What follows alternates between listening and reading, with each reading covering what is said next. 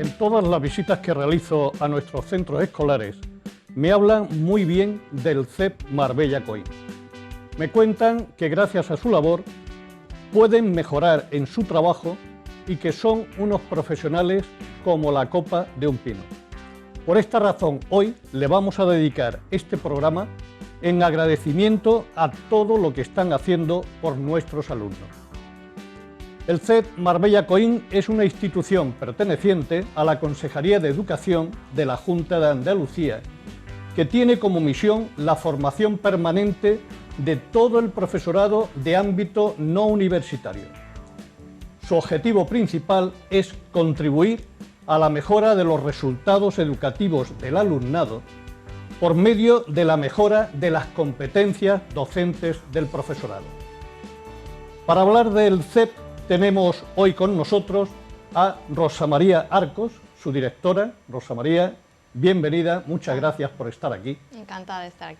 Tenemos también a José Carlos Martínez, que es el secretario. José Carlos, bienvenido, gracias por estar aquí. Muchas gracias.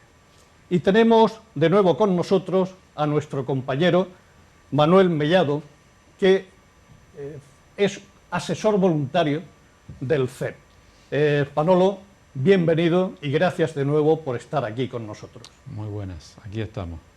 Antes de empezar la línea de preguntas, nos gustaría mostraros un pequeño vídeo que hemos hecho sobre las actividades que este año estáis llevando a cabo. Adelante, compañeros.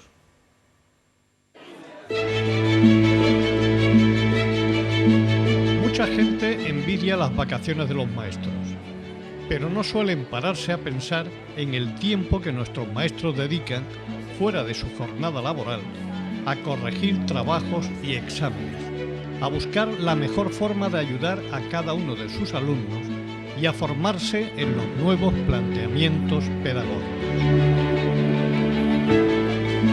Hoy queremos hablar de la formación que llevan a cabo nuestros maestros a través del CEP Marbella Coín. El CEP tiene como misión la formación permanente de todo el profesorado de ámbito no universitario. Cada curso se realizan unas 300 actividades formativas y se cuenta con una asistencia cercana a los 7.000 profesores.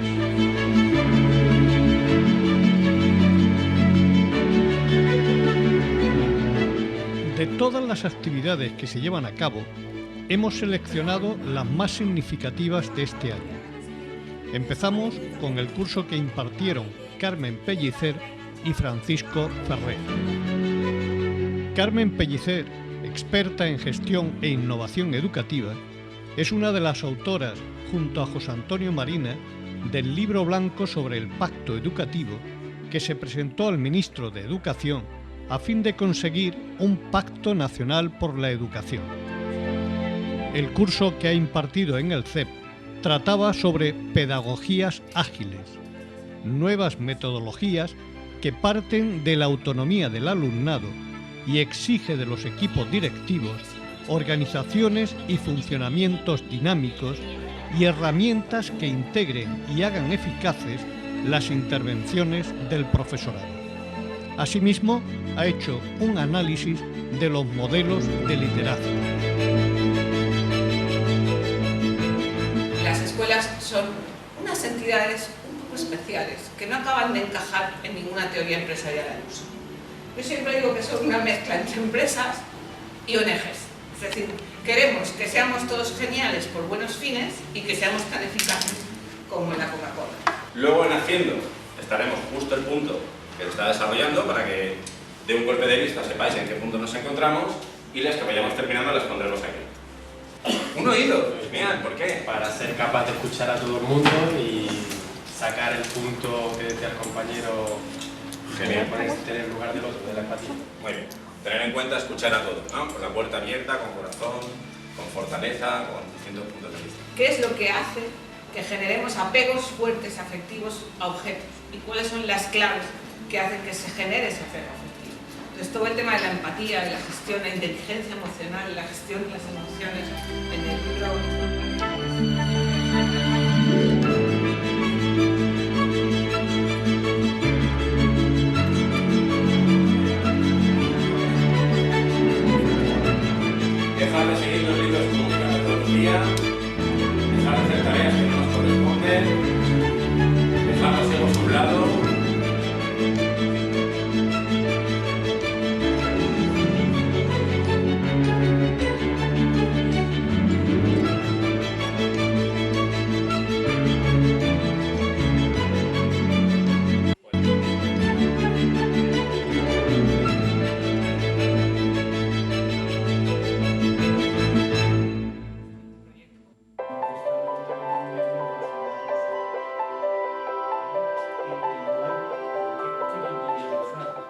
Juan Baello es experto en temas de convivencia, liderazgo, gestión de centros y relaciones con el alumnado. Es autor de libros muy conocidos en el mundo educativo: Cómo enseñar a los que no quieren aprender o El profesor emocionalmente competente. La gestión de los problemas de relación, atención y convivencia que se presentan en las clases es un tema muy complicado en estos momentos, donde deben utilizarse exclusivamente herramientas no violentas y buscar en todo momento integrar y ganarse al alumnado para que desarrolle sus competencias individuales. Juan Baello nos da cientos de estrategias fáciles de aplicar en el modo de reaccionar y actuar ante el alumnado que tiene aptitudes disruptivas y desafiantes ante el profesor e impide desarrollar las clases con el aprovechamiento necesario.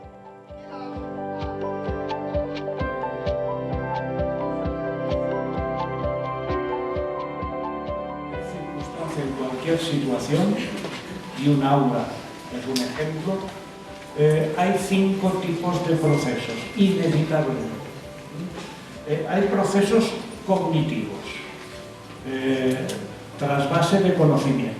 Yo intentaré aportar alguna idea y cuando intervengáis me daréis ideas. Y habrá trasvase o intercomunicación de ideas, de conocimiento.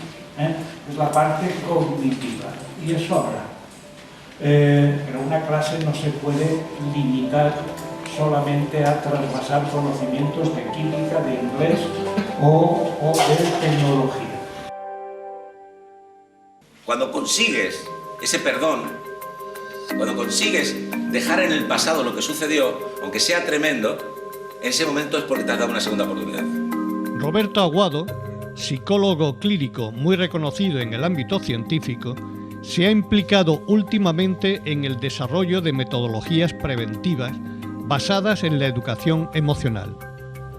Su último libro, La emoción decide, la razón justifica, resume su visión de la realidad psicológica de las personas. Él nos dice que hay que educar al alumnado a reconocer sus emociones, las emociones de los demás y a poder regularlas. ¿Qué es ser amigo? Jugar juntos. ¡Qué bueno! ¿Y qué más? Compartir cosas. Muy bien. Experiencias. Muy bien. Que te inviten al cumple. Que te inviten al cumple. Darse abrazos. Muy bien. Ya vamos con otro amigo, ¿eh? Vamos avanzando. ¡Qué bueno! ¡Qué bien! Mucosa con mucosa. Sí, claro. Bien. Os voy a poner una cosa que me ha pasado. En otra clase de otro colegio, ella es muy amiga de ella. Y ella le hizo una cosa muy fea a ella. ¿Y sabéis lo que me dijo ella? Que también le había hecho cosas feas a ella. Y yo le pregunté, ¿pero tú la conoces? Y dijo, ¿y por qué le haces cosas feas? Porque soy amiga de ella. ¿Qué os parece? ¿Eso es ser amigo? Pregunto.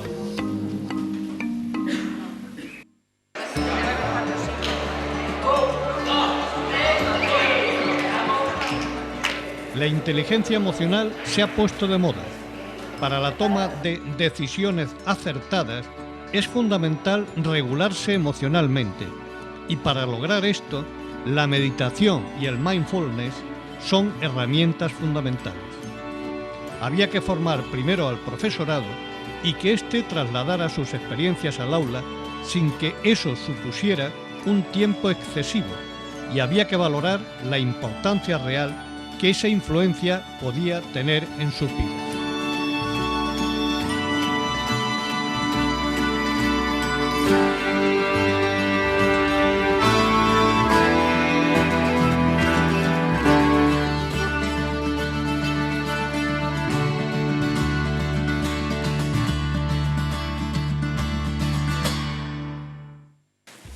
Desde mi experiencia personal, yo hice el nivel 1 hace unos 2 años.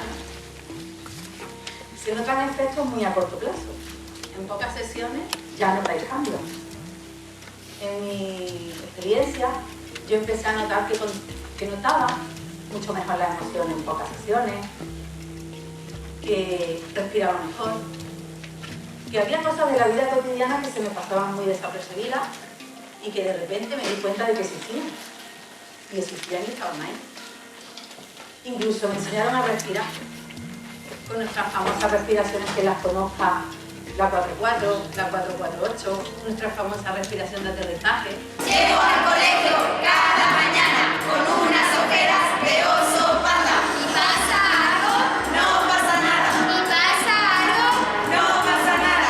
Uno se hace pis, otro se hace caca, otro me vomita y no pasa nada. Llego a mi casa siempre muy cansada y sin embargo me siento afortunada.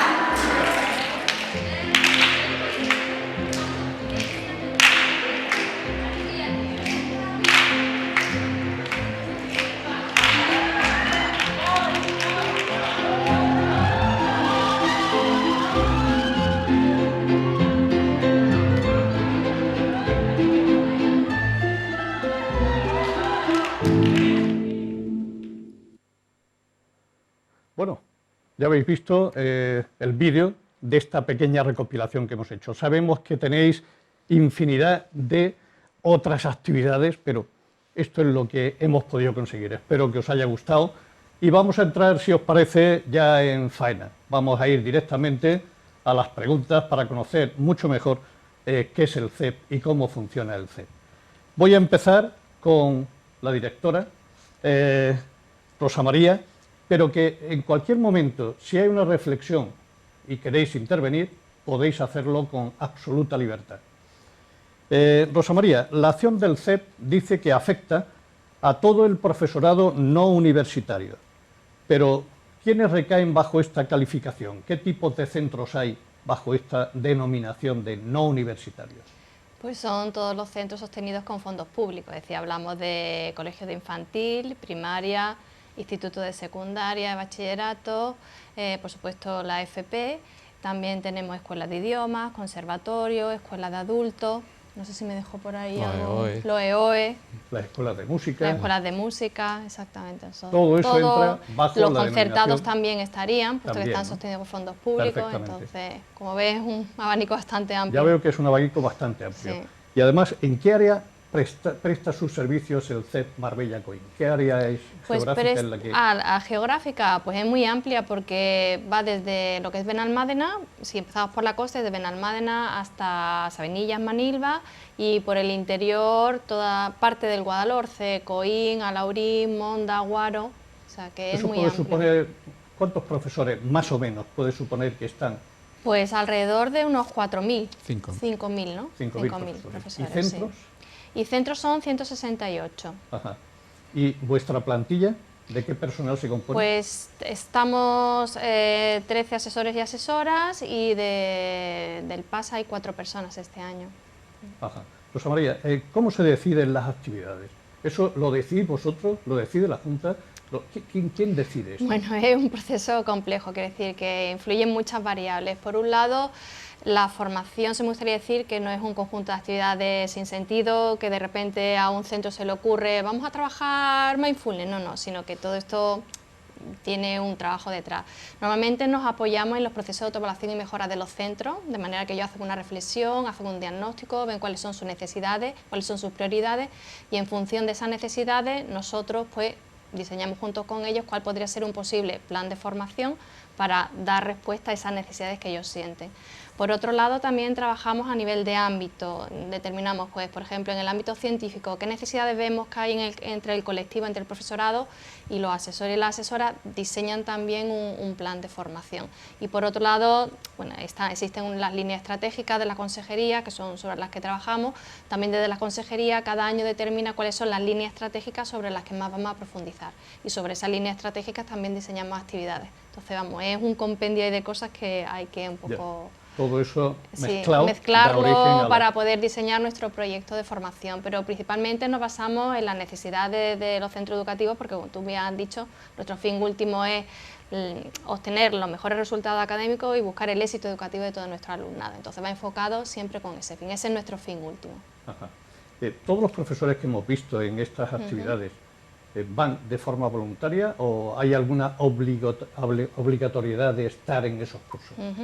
Principalmente van de manera voluntaria. Sí es cierto que cuando un centro hace su proceso de autoevaluación y mejora y ellos determinan que tiene una serie de necesidades, si lo incluyen en el proyecto educativo de su centro, todo el profesorado del centro está obligado a formarse, ¿no? Siempre que lo consideren una necesidad y lo incluyan dentro de su proyecto formativo. Como se dice, el proyecto educativo. El proyecto educativo de un centro es como la ley que rige en ese centro y todo el profesorado tiene que acatarlo. Ajá. Bueno, pues vamos a dejar descansar un poquito a nuestra directora y vamos con el señor secretario. El señor secretario, José Carlos, tú llevas dos temas de especial importancia. Llevas las TIC y la formación de los equipos directivos. Vamos a empezar por las TIC. ¿Qué entendemos por ese nombre, TIC? Bueno, pues colaboro, es verdad que colaboro en las dos temáticas que has comentado. Por las TIC entendemos la tecnología de la información y la comunicación. Realmente, hoy día, hablar de TIC, pues queda a lo mejor algo ya desfasado, porque estamos entrando a hablar de las TAC, la tecnología al servicio del conocimiento, ¿no? Ajá. Es un paso más, es decir, las TIC suponen introducir el componente tecnológico en el ámbito que sea, puede ser un ámbito empresarial o puede ser un ámbito educativo, y las TAC suponen emplear con un fin de conocimiento, con un fin más orientado a la educación, esos elementos tecnológicos. Ajá. Bueno, ya no sé si esta pregunta es pertinente entonces, porque ya me la has cambiado. El hecho de que, ¿en qué medida han influido las TIC en el cambio educativo? Es decir, ¿se nota como en las empresas una mejora en la productividad o esto no es así en educación? Bueno, la pregunta sí es pertinente porque el hecho de que pueda modificarse la denominación no implica la esencia, ¿no? Que sigue siendo la introducción de la tecnología. Y es verdad que esa tecnología en el ámbito empresarial sí se ha visto que tiene un desarrollo muy importante. En el ámbito educativo es verdad que tiene un componente fundamental, pero no es el único ni es el primordial, es un complemento más que se puede abordar bien de manera directa, porque es necesario que para el alumnado y para el profesorado haya una introducción en la aula. La sociedad en la que nos movemos hoy día tiene un componente tecnológico importante, interactuamos con la tecnología a diario en multitud de ocasiones. Entonces, este componente directo es muy importante, pero también las TIC tienen un componente transversal, es decir, cómo podemos utilizar esa tecnología para otras materias, para otros fines, como un elemento que ayuda a conseguir otros objetivos, que no es el objetivo directo en sí de adquisición de cultura tecnológica. Ajá. Si tuviéramos que hacer una síntesis, ¿cuáles serían para ti las principales ventajas que presenta el uso de las TIC? Bueno, es una pregunta que para contestarla es difícil de sintetizar. Por eso porque... te digo, hacer una síntesis y decir, pues mira, en esto sí puede. Bueno, vamos a ver, mira, para uso educativo considero que las TIC son importantes, primero, porque introducir tecnología, vamos a decir, ordenadores, móviles, tablets, el elemento tecnológico que sea, en el aula permite educar al alumnado de forma responsable en su uso. Actualmente, el acceso de los niños y las niñas a elementos tecnológicos pues es bastante, vamos, prácticamente universal. Todos los niños y las niñas tienen acceso en su casa a internet, a ordenadores, a multitud. Entonces, lo importante de esto es educar en un uso responsable, y en eso las familias tienen un componente fundamental, pero en la escuela tampoco podemos quedarnos atrás y tenemos que también participar en esa línea de uso responsable. Entonces, por ahí tenemos una ventaja. Y la otra ventaja es la ventana que se abre, es decir, fuera de los libros de texto, fuera del ámbito puramente académico editorial, hay un universo enorme y que es precioso por otra parte. Y a través de la tecnología podemos explorarlo, podemos hacer visitas virtuales a museos, podemos utilizar herramientas de navegación para situarnos en lugares donde a lo mejor sería prácticamente imposible que pudiéramos estar. Podemos hacer que nuestro alumnado investigue utilizando la tecnología y que busque información, que la contraste, que la sintetice que se apoye de herramientas también tecnológicas para hacer una exposición oral. Y de esa forma, fíjate, estamos redundando en la mejora de su competencia lingüística. ¿Ves cómo las TIC están relacionadas con todo? Indudablemente. Bueno, Manuel, antes de meterme directamente contigo, vamos a hacer una pequeña pausa publicitaria. Inmediatamente empezamos.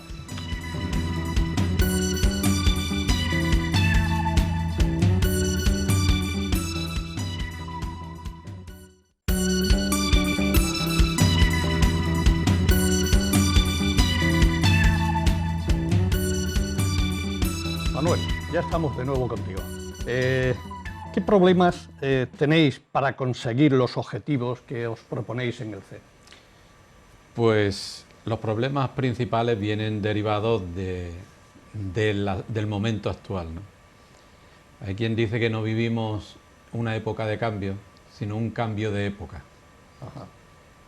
Y eso quiere decir que hasta ahora pues se podían ir introduciendo variaciones en las metodologías, cambiando una cosa por la otra, pero estamos en un momento en que hacen falta unos cambios muy potentes. Contra eso, pues lógicamente existe, primero, que es un proceso largo. En segundo lugar, tenemos que contar con la resistencia de profesores que llevan muchísimos años trabajando de una manera y que de pronto se le pide que cambien muy drásticamente sus formas de trabajar. Y eso no es fácil, en absoluto. No es fácil para ellos, no es fácil comunicar qué es lo que tienen que cambiar y cómo tienen que hacerlo, que lo asimilen.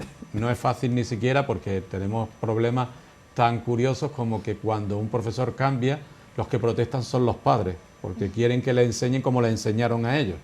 Y entonces incluso la propia sociedad no está preparada para las nuevas metodologías que exige la época, ¿no? Entonces, esa es una. La voluntariedad es otro, es decir, hay momentos en que determinadas cosas tendría que haber una más obligatoriedad para hacerlas, porque el tema prioritario deben ser los objetivos y el alumnado. Sí. Y ahora mismo, pues, la formación permanente es un derecho y es una obligación. El derecho, la administración está obligada a prever una serie de actividades, pero no es obligatorio el asistir a ellas, excepto, como ha dicho Rosa, en determinados momentos. Y determinadas cosas, como las TIC, que no lo han podido estudiar mucha gente en su carrera porque no estaba, pues tendría que hacerse una inmersión un poco obligatoria para poder introducirlas de una manera más positiva, más eficaz en los centros. Manolo, ¿cuáles son las líneas más innovadoras que hay ahora mismo? Háblanos un poquito de esos temas que tú consideres que son innovadores. Las líneas innovadoras, hasta ahora la innovación se ha entendido como que algún pedagogo tenía unas ideas brillantes, las experimentaba un poquito, las encapsulaba en una teoría, en unos libros y las mandaba, ¿no? Y las mandaba para que las siguiéramos. Ahora la cosa está cambiando mucho. La pedagogía está adquiriendo un tinte o un empaque científico bastante importante. Es la neurociencia la que está diciéndonos ahora, pues mira, los ritmos de aprendizaje son estos. Por ejemplo, pues te dicen, no, mira, aquí se han hecho experiencias con la neuroimagen, la imagen cerebral, viendo cómo se activan unas partes del cerebro, cómo tal, es el premio y el castigo, ¿qué es mejor? Como hasta ahora, antes viene la sangre la letra con sangre entra. Ahora mismo se ha visto que no, que la letra no en el cerebro no responde así. El cerebro responde con la sangre, responde a lo mínimo. Si queremos personas que sean creativas, que sean emprendedoras, no puede ser esa la metodología, tiene que ser todo lo contrario, a base de estímulos, de premios, sin dejar de exigir, pero no es el castigo, no puede ser el castigo la ley. Los ritmos, todos los mitos, no es que utilizamos una parte mínima del cerebro, no, eso es falso. Es decir, la neurociencia está imponiendo los ritmos en que tenemos que ir cambiando. Y las de todas las metodologías que tenemos, lo que va funcionando y lo que no va funcionando, lo que desarrolla la creatividad y lo que desarrolla un trabajo más rutinario, unas habilidades más rutinarias, que siempre es un conjunto de todas ellas, las rutinarias, las creativas, las analíticas, las sintéticas, todas tenemos que ir conjugándolas para dar buenos resultados. Pero en este sentido, pues líneas innovadoras, desde cómo usamos las TIC, a cómo damos las matemáticas, a cómo damos la lengua. Por ejemplo, la lengua, pues ya estamos viendo que el 80% del tiempo que utilizamos la lengua es oral, mientras que la escuela es el 20% y el 80% es escrito. Entonces, darle importancia a la oralidad. Estamos dando cuenta que no es nuevo. Que lo que podemos decir es que la innovación no es nueva, porque ya ha habido siempre, ¿no?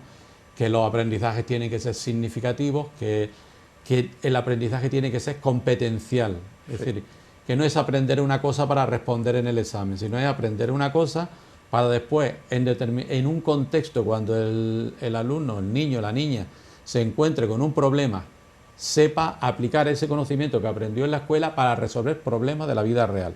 Entonces, claro, tenemos que acercar mucho la teoría a las simulaciones de la realidad, para que los niños, cuanto más experimenten en temas lo más próximos a la realidad, mejor. Eso es lo que es el gran objetivo, trabajar por competencia. Para trabajar por competencia, un poco hay que romper el hecho de matemática y lengua y trabajar interdisciplinarmente, porque abordamos un problema que puede ser construir una maqueta del pueblo, y ahí pues tienen que intervenir la lengua, las matemáticas, la plástica, las sociales para ver la historia del tema, tiene que intervenir todo. Ese es el enfoque que llevamos, y de una manera muy individualizada, teniendo en cuenta mucho los ritmos, porque la otra gran base es la atención a la diversidad, la escuela que sea inclusiva y que responda a todos los niños y a todas las niñas a su ritmo, ¿no? Sí, sí. Entonces, eso la idea es. de que cada uno somos hijos de nuestro padre y nuestra madre, cada uno somos seres únicos, irrepetibles, maravillosos. Esta es la idea, ¿no? Rosa María, quizás desde fuera yo tenga la impresión de que todo esto cala mucho mejor en primaria, y que realmente donde necesitemos un esfuerzo grande sea en secundaria. De hecho, ¿se está produciendo algún cambio o esto que estoy diciendo tiene cierta verdad? Secundaria siempre está muy preocupado, depende un poco también de la problemática. Por ejemplo, es verdad que todos los problemas que hay de convivencia son como más significativos, son más evidentes en secundaria, y entonces, por ejemplo, los institutos de secundaria sí se han formado mucho en cómo mejorar el clima de convivencia en sus centros y están haciendo unos trabajos muy importantes, ¿no? También ha habido mucha formación a nivel de actualización científica tecnológica por parte del profesorado de secundaria, pero últimamente, con todo lo que está saliendo sobre la importancia de desarrollar las competencias del alumnado y demás, hay mucha preocupación y está habiendo una gran formación por parte del instituto de secundaria respecto a este tema. De hecho, el primer año que hemos empezado la línea estratégica sobre competencias clave en secundaria, y creo que el 60% de los institutos de nuestra zona se han apuntado a nuestra formación. Entonces, pienso que están haciendo un gran esfuerzo y hay una gran preocupación y se están haciendo avances. Los avances y los logros en educación son muy lentos, entonces es un proceso largo y pienso que hay que darle su tiempo, pero sí hay mucha preocupación por parte del profesorado de secundaria de mejorar sus competencias profesionales también. Pues me alegra mucho saberlo, porque hay quien dice que hay dos etapas fundamentales, una la que va de 0 a 7 años, pero ahora insisten que la etapa de la adolescencia es como que tu mente se vuelve a rediseñar por completo, y es tremendamente importante que en esa etapa sepamos qué hacer, cómo actuar. ¿Cuántas actividades suelen realizarse cada curso? Pues cada curso podemos tener una media de unos 230 o 250 actividades, más o menos en general. Ajá. ¿Y cuántos profesores más o menos suelen asistir? Si hablamos de certificados, porque a lo mejor hay profesorado que empieza por las circunstancias que sea, igual lo deja. Hablamos de los que finalizan todas las actividades. En cuanto a certificaciones, hay unas 4.000 certificaciones al año. ¿Cómo es posible regular el funcionamiento del CEP cuando sois 13 personas y me estáis contando que hay esa cantidad de centros, esa cantidad de profesores? ¿Cómo lo arregláis? La verdad es que hacemos juegos malabares, si nos viera allí como un poco como No, intentamos me da organizarnos. la impresión de que no puede ser de otra manera, Sí. porque son muchísimos, y Sí, cada sí, vez sí. además las actividades que montáis veo más gente, ¿no? Sí, sí, la verdad es que es complicado, ¿no? Pero bueno, te comento, más o menos trabajamos a dos niveles. Por un lado, somos asesores de referencia en los centros educativos, entonces cuando estos centros educativos, como te decía al principio, como consecuencia de su proceso de autoevaluación y mejora, deciden hacer una formación en su centro, normalmente esa formación la suele llevar el asesor de referencia. Trabajamos también a nivel de ámbito, entonces pues en función de los ámbitos, pues el ámbito de convivencia, el ámbito de ciencia, el ámbito TIC, pues va ofertando actividades y los asesores correspondientes a esos ámbitos pues un poco se reparten y se organizan el trabajo. También por zona intentamos equilibrar las zonas geográficas también, ¿no? Para que haya cursos en todas las zonas más o menos de nuestro ámbito. Entonces realmente es complicado, ¿no? Si nos veis Sí, esta ojera es un poco de todo el trabajo y el estrés que llevamos. Debe serlo. Sí. José Carlos, estábamos con las TIC, estábamos hablando de las bondades de las TIC, pero también es verdad que las nuevas tecnologías aparecen unidas a una cantidad de riesgos importantes. Sí. Yo te voy a nombrar algunos y después, si quieres, lo comentamos. Pueden generar mucha distracción, porque el chaval que entra tiene un campo que se le va abriendo y a lo mejor no consigue centrarse en lo que tenía que centrarse, ¿no? Suelen provocar altos niveles de adicción. Si no, piensa que le quitamos el móvil a uno de estos chavales durante un tiempo, a ver que algunos parece que no pueden soportar esta situación, ¿no? Pueden provocar también un cierto aislamiento de las relaciones físicas normales, de estar en contacto con los demás. Es importante que lo formemos en lo que tú hablabas antes de que hay que filtrar la información, de que hay que saber elegir. Bueno, hay otro tema que es muy preocupante, el acoso en las redes.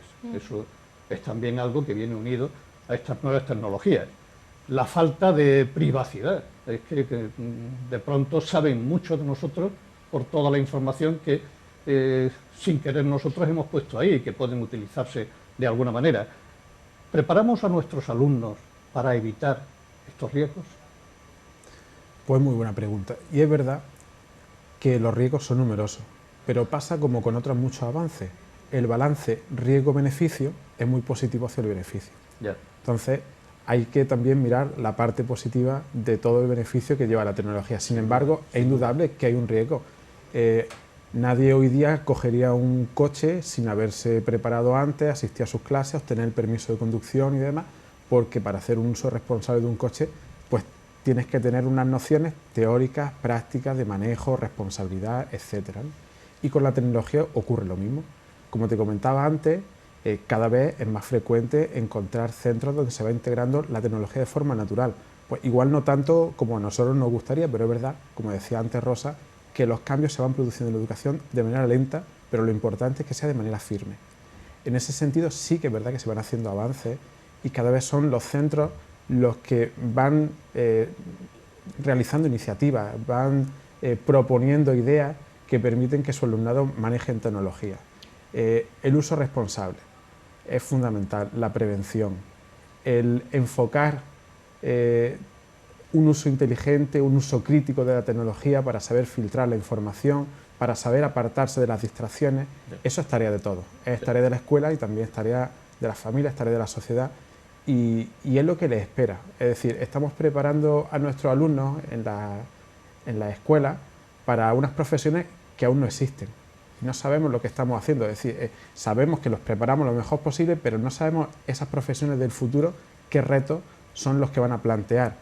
Yo pienso que uno de ellos está relacionado directamente con el uso de las TIC y ahí tenemos que poner toda nuestra atención.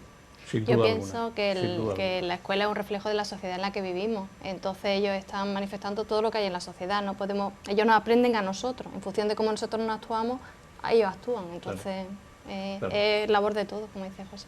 Es así, pero tendremos que hacer un esfuerzo importante en esa dirección. Sí, También escuchaba hace poco decir a José Antonio Marina que las nuevas tecnologías están produciendo una rapidez que va en contra del sentido crítico que queremos fomentar.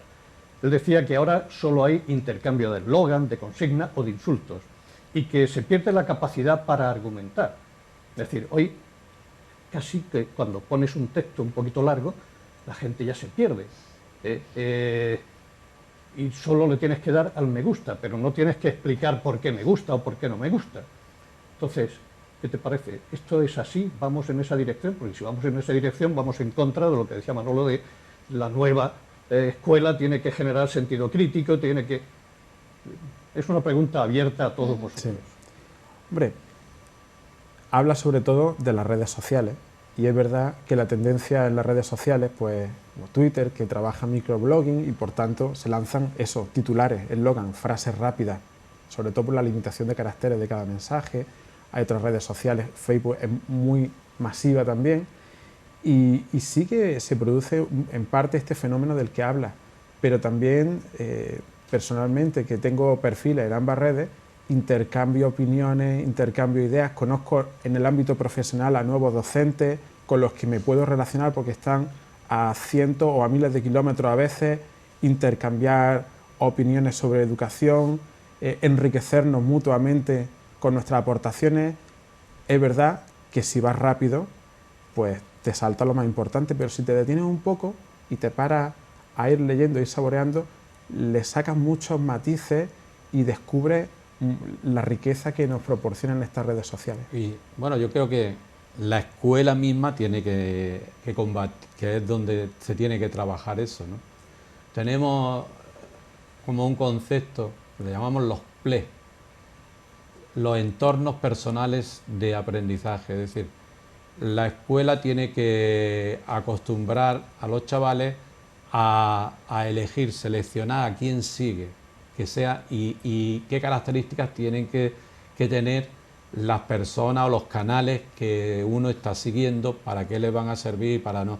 Entonces, es crear eso, es crearte el entorno personal de aprendizaje, porque una de las ideas clave de la educación en estos momentos es que es para toda la vida.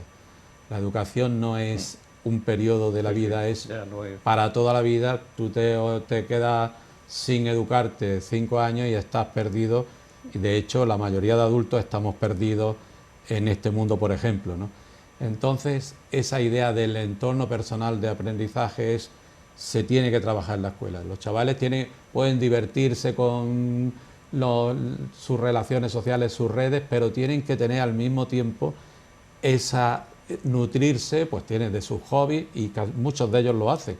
Que muchos de ellos te metes con ellos y se saben todo lo habido y por todo lo que hay en la red de determinado tema que es su hobby. Pero también de sus hobbies, sus obligaciones o lo que le puede desarrollar los diferentes aspectos de su personalidad, tienen que ir siguiéndolo. Rosa María, antes dijiste un poquito qué suponía la dirección del CEP Marbella Coll, pero he visto la parte de que suponía muchas horas difíciles, pero ¿qué más puede suponer esta dirección? Hombre, esta dirección es un reto que nos permite a nosotros actuar como agentes de cambio, intentar ayudar a los centros educativos pues a canalicen, que busquen cuáles son sus necesidades, que orienten su formación para poder dar respuesta a esa necesidad educativa. Entonces yo lo veo como un reto, la oportunidad de intentar poner nuestro pequeño granito de arena en que los centros educativos realmente se conviertan en esa unidad de innovación, cambio, ¿no? que es necesario, ¿no? Y para poder avanzar, porque si no, no vamos a avanzar. Claro. Tú eres profesora de matemáticas en secundaria, ¿verdad? Sí. ¿Ha cambiado mucho la enseñanza de las matemáticas, la formación científica? ¿Ha cambiado mucho? Voy a hablar que ha habido más cambio en primaria que en secundaria, la verdad. En primaria sí es verdad que hemos comenzado una línea metodológica basada en la metodología de José Antonio Fernández Bravo, en la que intentamos un poco fomentar el razonamiento lógico-matemático, porque muchas veces asociamos matemáticas con cálculos, las cuentas famosas, ¿no? de nuestra época. Y la matemática es mucho más, es un proceso cognitivo, se trata de establecer relaciones, y no se trata tanto de saber cuántos problemas hacemos en el aula, sino la calidad del pensamiento que estamos generando en el aula.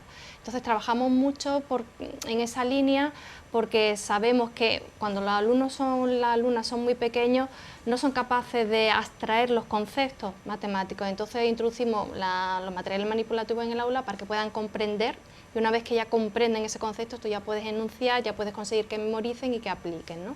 Entonces trabajamos mucho su metodología, partiendo del lenguaje del alumnado, pues intentando no corregir en el sentido, no decir bien o mal, sino que a través de preguntas tú puedas darle ejemplos o contraejemplos que le hagan a los niños y a las niñas pues ver si lo que está diciendo es correcto o no, y le permite a ellos mismos buscar las soluciones de los problemas. Entonces esa es la línea que principalmente estamos en primaria, y en secundaria con la línea de las competencias clave pues estamos intentando integrar el conocimiento de una manera más lógica, no son compartimentos estancos, sino que las matemáticas están totalmente vinculadas a la vida cotidiana, y por supuesto es fundamental en la física, en la biología, en las ciencias sociales. Entonces estamos intentando ver la aplicación un poco de las matemáticas en ese día a día con el alumnado. José Carlos, la otra parte era la de dedicarte a la formación de los equipos directivos, creo recordar que era esa, ¿no? Hay quien afirma que para que se produzca el cambio educativo que necesitamos, hay que mejorar sobre todo la calidad de esos equipos directivos, su capacidad de liderazgo. ¿Qué se está haciendo sobre esto? Bueno, la verdad que la implicación de un equipo directivo, bien sea en el ámbito educativo o en cualquier otro, es básica. Sin el esfuerzo del equipo directivo, que es un poco lo que le preguntaba antes a Rosa, ¿qué supone ser directora de un CEP? ¿Y qué supone ser director de un colegio o de un instituto o de una empresa? Pues supone que hay mucha responsabilidad que recae sobre ti y que tienes que estar con una preparación pues la mejor posible, ¿no? En este sentido, pues desde el CEP formamos los equipos directivos, como hablaba, en liderazgo, centrándonos sobre todo en el liderazgo pedagógico, que es fundamental para que las líneas de innovación tengan cabida en los centros, para que se sumen, para que sirvan de agentes dinamizadores, que propicien que los recursos los puedan hacer o que se dispongan para la cuestión que haga falta y demás, ¿no? Luego además, pues es verdad que los equipos directivos tiene otra parte que es la de la gestión, y sobre esa parte también incidimos, porque para un director o una directora de un centro hay una cantidad de normativas, de leyes, no solamente educativas, que las conocemos todos, sino de contratación, de economía, de un montón de temas de los cuales en principio no tenemos por qué ser expertos, porque somos docentes. Entonces, en ese sentido, también intentamos que la formación de equipos directivos tenga ese componente normativo que tanta falta hace. La verdad es que el tiempo se nos ha ido volando. He aprendido un montón con este ratito que llevamos. Pero no me gustaría terminar, Manolo, sin que al menos nos dijeras cómo debe ser el profesor del siglo XXI. Pregunta bastante difícil, pero fíjate que te lo voy a decir lo que cuenta el responsable de PISA. Contaba en un articulillo en una revista que el gobierno chino ha prohibido a los profesores explicar.